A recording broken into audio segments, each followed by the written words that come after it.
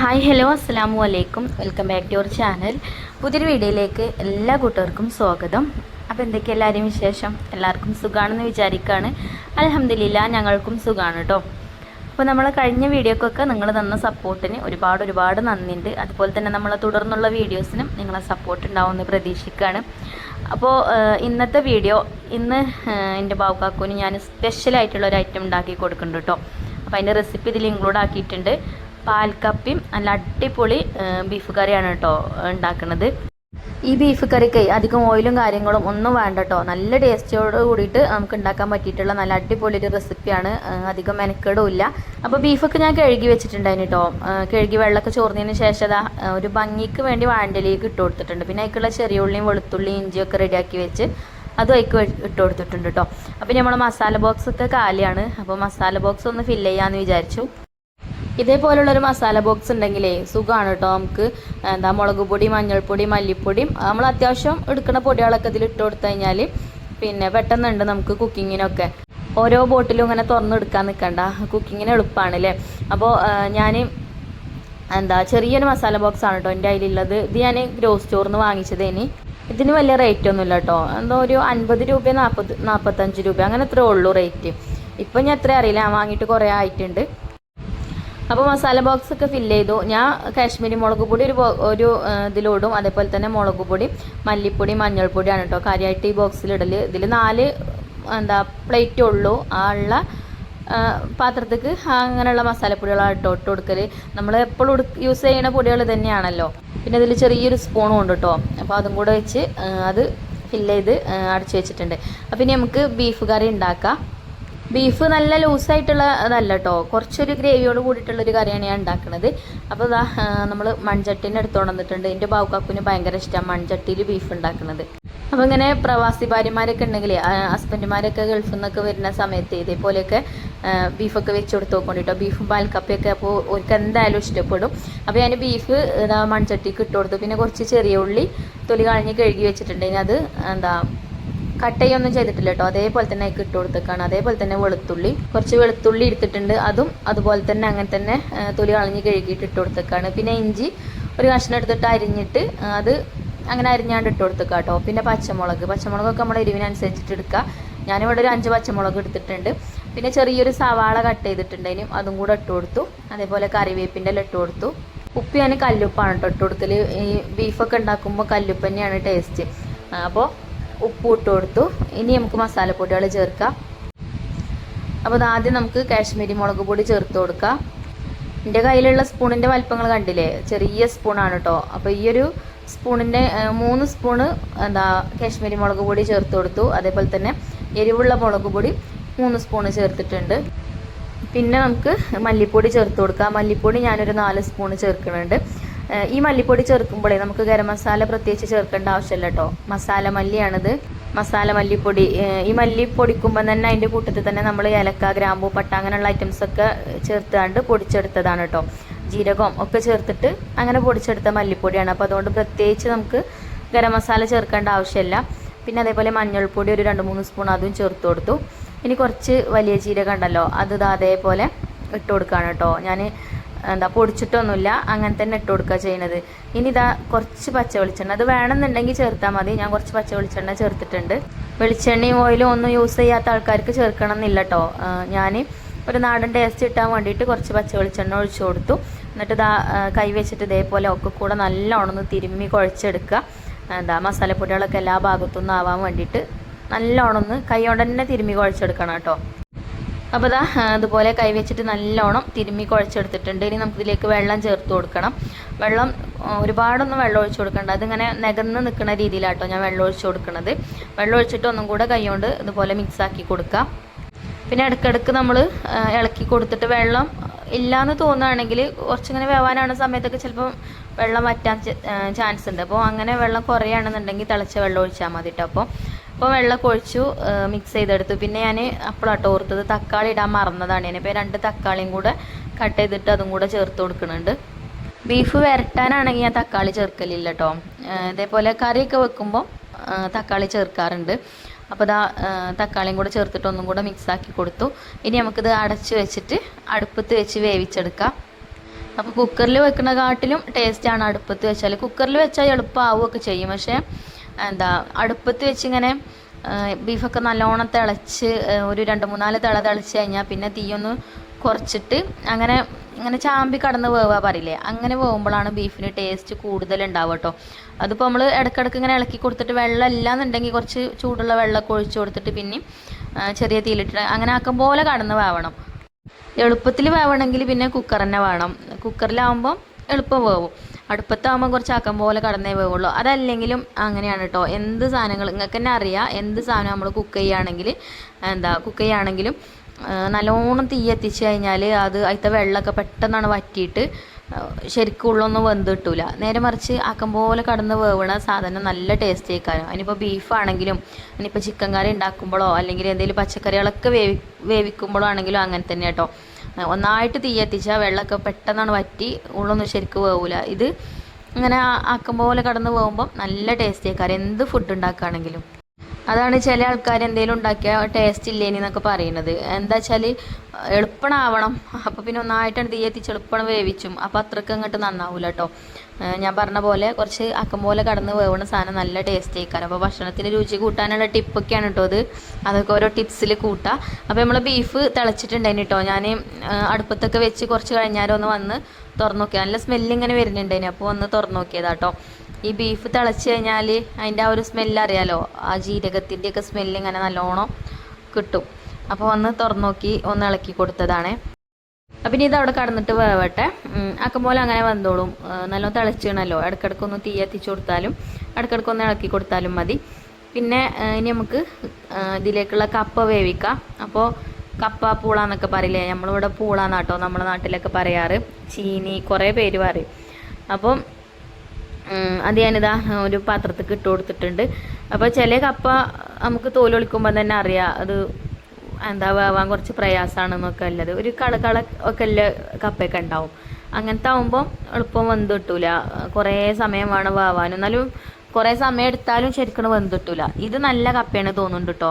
ഇത് വാങ്ങിച്ചപ്പോൾ തന്നെ കാക്ക ഞങ്ങളോട് പറഞ്ഞിനും ഒന്ന് തിളച്ച് കഴിഞ്ഞാൽ വാങ്ങി വെച്ചോണ്ടിട്ടോ എളുപ്പം വേവെന്ന് പറഞ്ഞിനും.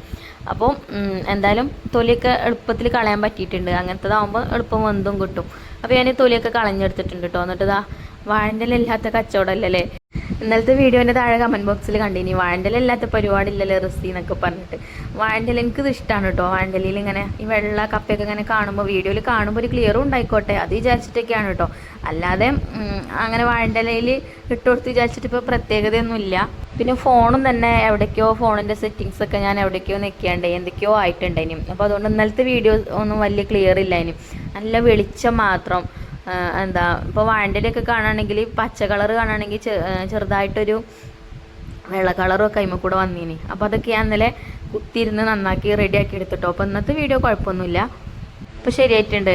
മറ്റേത് സ്ക്രീനിൽ ആ ക്യാമറൻ്റെ എന്തൊക്കെയോ ഓപ്പോ എന്നൊക്കെ പറഞ്ഞാണ് എന്തൊക്കെയോ എഴുതി കാട്ടുകയൊക്കെ ചെയ്തീനി. അപ്പോൾ അതൊക്കെ ഇന്നലെ ഞാൻ കളഞ്ഞിട്ടോ.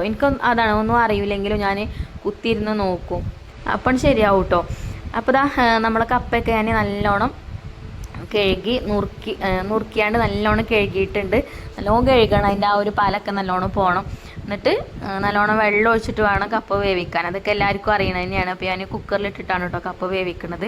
അപ്പോൾ നമ്മൾ വലിയ കുക്കർക്ക് ഇട്ട് വെള്ളമൊക്കെ ഒഴിച്ച് ഉപ്പൊക്കെ ഇട്ട് അങ്ങനെ വേവിക്കാൻ വെച്ചിട്ടുണ്ട്. ഒരൊറ്റ വിസിലടിച്ചിട്ടുള്ളൂ. ഒറ്റ വിസിലടിച്ചിട്ട് ഞാൻ ഓഫ് ചെയ്യാട്ടോ ചെയ്തത്. അപ്പോൾ അതിൻ്റെ അടിയിൽ കൂടെ നമ്മൾ ബീഫും വന്ന് നോക്കുന്നുണ്ട് കേട്ടോ. അപ്പോൾ ബീഫിൽ നമ്മളിട്ട ചെറിയുള്ളിയൊക്കെ നല്ലോണം വെന്ത്, ചെറിയുള്ളിയും വെളുത്തുള്ളിയും ഇഞ്ചിയൊക്കെ നല്ലോണം വെന്ത് നല്ല നല്ല ഇങ്ങനെ കായം പോലെ ആയിട്ടുണ്ട് കേട്ടോ. അപ്പോൾ വെള്ളം കുറവാണ് ഇതിൽ. പിന്നെ കുറച്ച് ചൂടുള്ള വെള്ളം കൂടെ ഒഴിച്ചു കൊടുത്തിട്ടുണ്ടെങ്കിൽ ഇല്ലെങ്കിൽ പെട്ടെന്ന് അടി പിടിക്കും. അപ്പോൾ അത് കുറച്ചും കൂടെ ഇട്ടിട്ട് വേവാൻ. അപ്പോൾ അതവിടെ കടന്നിട്ട് വേവട്ടെ. അപ്പോൾ ആ ഒരു സമയം കൊണ്ട് നമുക്ക് കപ്പ റെഡിയാക്കി എടുക്കാം. അപ്പോൾ ഇതൊരു വിസിലടിച്ച് ഞാൻ കുറച്ച് നേരം ഓഫ് ചെയ്തിട്ടുണ്ടോ. പിന്നെ കുറച്ചും കൂടെ പ്രഷർ ഉണ്ടായിന്. അത് ഞാൻ വെള്ളം ഒഴിച്ചാണ്ട് കളഞ്ഞു. തുറന്ന് നോക്കി ഇനി കപ്പ നമുക്ക് ഊറ്റിയെടുക്കാം. ആ കാക്ക പറഞ്ഞ പോലെ തന്നെ കേട്ടോ നല്ലോണം വെന്തിട്ടുണ്ട്. അപ്പോൾ ഇതൊന്ന് ഊറ്റിയിട്ട് ഞാൻ വലിയൊരു പാത്രത്തിൽ ഇട്ട് കൊടുത്തത് അതേപോലെ ഒന്ന് ഉടച്ചെടുക്കുന്നുണ്ട്. നിങ്ങൾക്ക് ഉടക്കണത് ഇഷ്ടമില്ലെങ്കിൽ ഉടക്കണം എന്നില്ല കേട്ടോ. ഇവിടെ എൻ്റെ ബാവുക്കാക്കൂനും കുട്ടികൾക്കൊക്കെ നല്ലോണം ഉടയണം, എന്നാലാണ് കേട്ടോ അവർക്കൊക്കെ ഇഷ്ടം. എനിക്കും അങ്ങനെ തന്നെയാണ്. ഇങ്ങനെ ഇടയ്ക്ക് കഷ്ണങ്ങൾ കടിക്കണത് ഇഷ്ടമല്ലായിരിക്കും. അപ്പോൾ ഞാൻ നല്ലോണം ഉടച്ചെടുത്തിട്ടുണ്ട്. ഇത് ഇങ്ങനെ തന്നെ കഴിക്കാനും നല്ല ടേസ്റ്റാണ്. വെളിച്ചെണ്ണയിൽ കടുകൊക്കെ പൊട്ടിച്ച് കറിവേപ്പിൻ്റെലയും അതേപോലെ കാന്താരി മുളകും ഒന്ന് തൂമിച്ചിട്ടാൽ ഇനിയിപ്പോൾ കറിയൊന്നും ഇല്ലെങ്കിലും കട്ടൻ ചായൻ്റെ കൂടെയൊക്കെ അങ്ങനെയൊക്കെ കഴിക്കുക, അതേപോലെ കഞ്ഞീൻ്റെ കൂടെയൊക്കെ കഴിച്ചാൽ നല്ല ടേസ്റ്റ് ആയിക്കാരം. അപ്പോൾ ഞാൻ അതാ കുറച്ച് തേങ്ങാപ്പാൽ എടുത്ത് വെച്ചിട്ടുണ്ട്. ഇനി ആ തേങ്ങാപ്പാൽ ഇതിലേക്ക് ഒഴിച്ചു കൊടുക്കാം കേട്ടോ. അപ്പോൾ ആദ്യം ഞാൻ കുറച്ച് ഒഴിച്ചു കൊടുത്തു, എന്നിട്ട് നല്ലോണം മിക്സ് ചെയ്തെടുത്തു. ഇതാണ് കേട്ടോ പാൽക്കപ്പ എന്ന് പേരും പറയുന്നത്. നമ്മളവിടെ എല്ലാവർക്കും അധികം അറിയൂല അങ്ങനെ പാൽക്കപ്പ ഇന്ന് എന്താ ഉണ്ടാക്കിയൊക്കെ ചോദിച്ചുമ്പോൾ പാൽക്കപ്പയാണ് പറഞ്ഞാൽ പാൽക്കപ്പ അതെങ്ങനെ ഉണ്ടാക്കുക ചോദിക്കും. അപ്പം എന്തായാലും വീഡിയോ കണ്ടാണ്ട് ഉണ്ടാക്കി വെക്കൊണ്ടിട്ടോ. അപ്പോൾ ഒരു പ്രാവശ്യം ഫസ്റ്റിൽ നമ്മൾ തേങ്ങാപ്പാൽ ഒഴിച്ചല്ലോ, എന്നിട്ട് നല്ലോണം മിക്സ് ആക്കി കൊടുത്തു. പിന്നെ അതേപോലെ കുറച്ചും കൂടെ ഉണ്ടായിന് തേങ്ങാപ്പാൽ, അതും കൂടെ ഒഴിച്ച് അതേപോലെ നല്ലോണം ഒന്ന് മിക്സ് ആക്കി കൊടുത്തിട്ടുണ്ട്. അപ്പം നല്ല ചൂടുള്ള കപ്പയല്ലേ ഇത്. അപ്പം അങ്ങനെ പിന്നെ വേവണമെന്നൊന്നുമില്ല കേട്ടോ, എന്നാലും ഒന്നുകൊണ്ട് ചൂടാക്കി എടുക്കാം. നമുക്ക് തിളക്കൊന്നും വേണ്ട, ഒന്നും കൊണ്ട് ചൂടാക്കി എടുക്കാം. അപ്പോൾ ഞാൻ അടുപ്പത്ത് വെച്ചിട്ടുണ്ട് കേട്ടോ.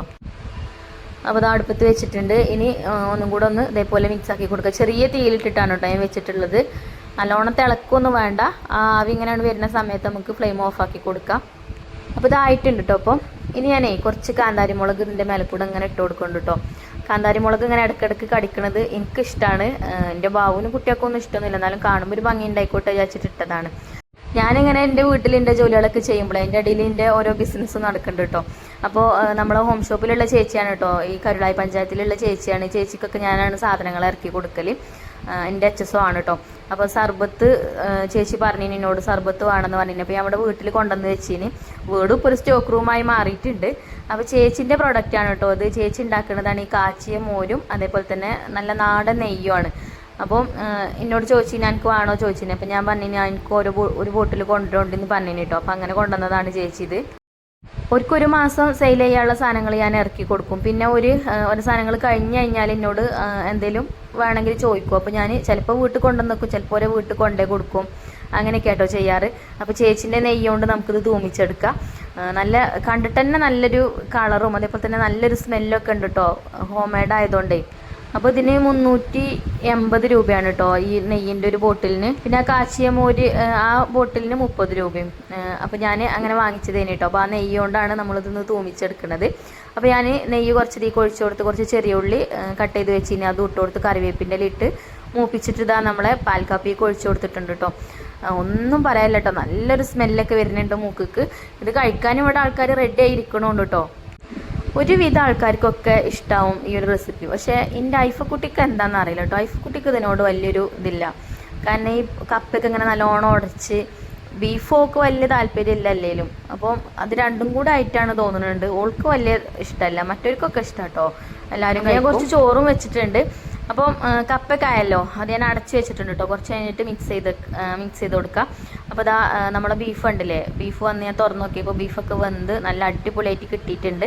അപ്പോൾ ഞാൻ ഇതിലേക്ക് ഇനി കുറച്ച് പച്ച വെളിച്ചെണ്ണയും കൂടെ ഒഴിച്ച് കൊടുക്കുന്നുണ്ട്.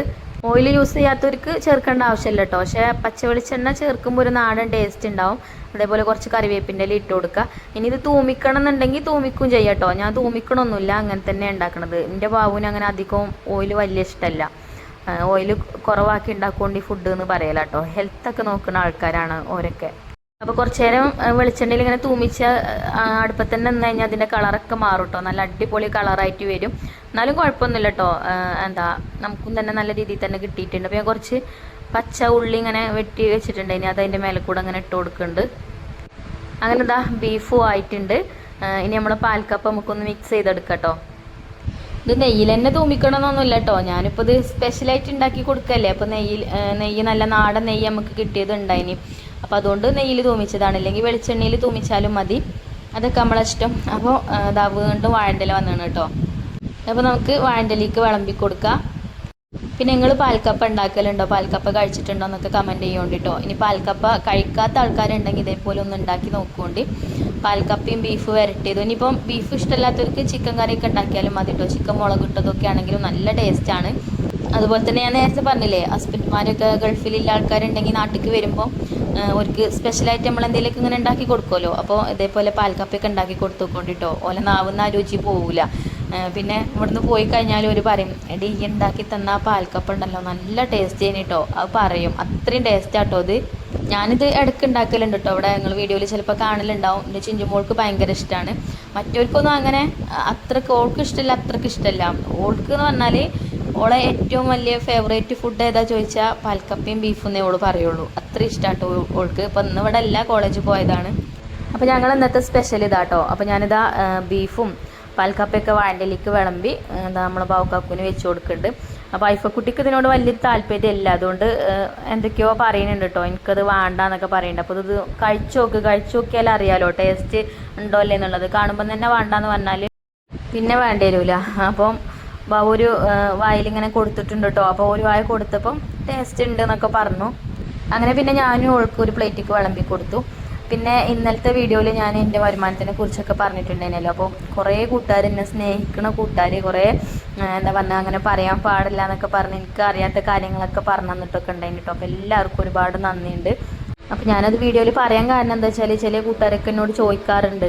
അപ്പോൾ എന്താ വീഡിയോയിലാണ് പറഞ്ഞു കഴിഞ്ഞാൽ കമൻറ്റ് ബോക്സിൽ തന്നെ ചോദിക്കാറുണ്ട്, നേരിട്ടും ചോദിക്കാറുണ്ട്. അപ്പോൾ ഞാനത് അങ്ങനെയാണ് പറഞ്ഞതാണ് കേട്ടോ, വേറെ ഒന്നും ഉണ്ടായിട്ടല്ല. പിന്നെ എന്നാൽ നിങ്ങളെ സ്നേഹവും പ്രാർത്ഥനയും അതുതന്നെയാണ് എൻ്റെ വിജയവും.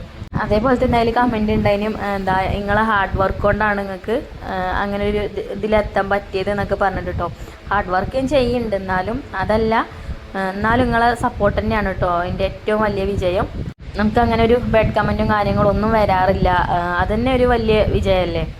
അപ്പോൾ എന്തായാലും നമ്മളെ സപ്പോർട്ട് ചെയ്യുന്ന കൂട്ടുകാർക്കൊക്കെ ഒരുപാട് നന്ദി കേട്ടോ.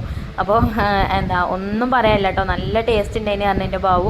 നമ്മളെന്തെങ്കിലും ഫുഡ് ഒരിക്കൽ ഇങ്ങനെ ഉണ്ടാക്കി കൊടുക്കുമ്പോൾ നല്ല ടേസ്റ്റ് ഉണ്ടായിനടി എന്ന് പറഞ്ഞാൽ നമുക്ക് ഭയങ്കര സന്തോഷമാണല്ലോ അല്ലേ.